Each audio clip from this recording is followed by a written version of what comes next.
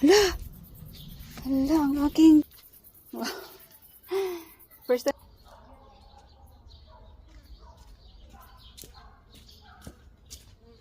Ang daming flowers, oh.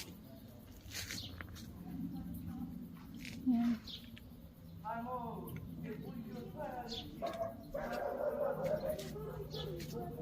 Ito ay tanim sa kanyang lula. Hindi ko alam kung ano yan. Yung mga tanim yan. Harvest na nila yung kanilang tomato. Yung tomato to dito.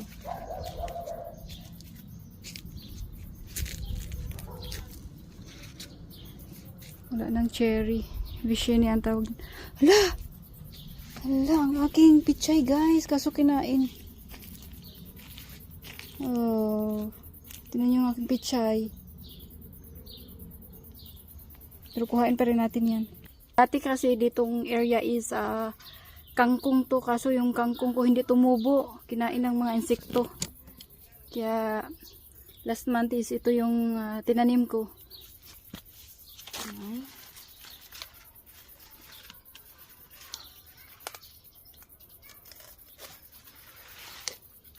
Wow. First time ko guys na nakagulay ng ganito. Kasi dati nagtanim ako, hindi siya tumubo. So okay na rin to. Kahit kinain siya ng insekto.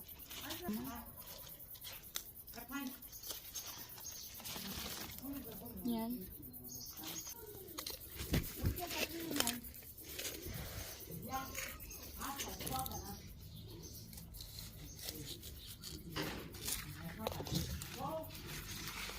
Yan.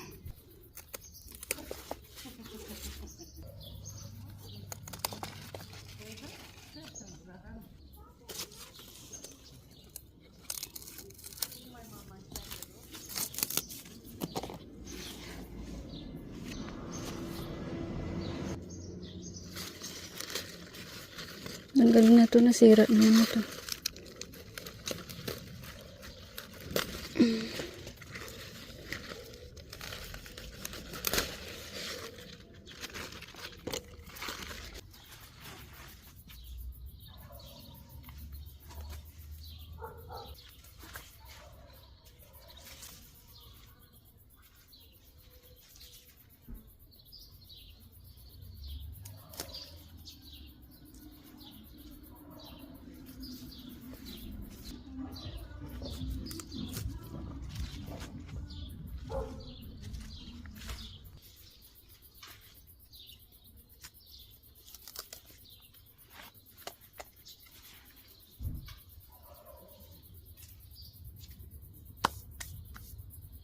Nag-iwan ako ng kunti dito.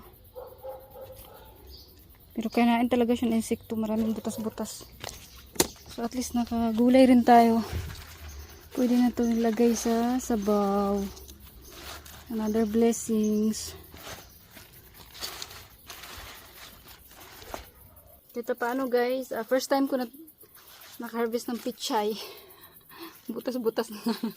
So okay lang itong buto na lang. Kawawa naman. Yan. Yun na rin to kaysa wala. Napagtsagaan. Mahirap kasi yung gulay dito na pichay guys.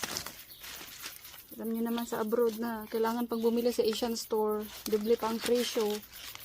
So, mas nakakatipid din pag nagtanim tayo. Pero every summer lang naman. So at least kahit pa paano, diba? So, ayan.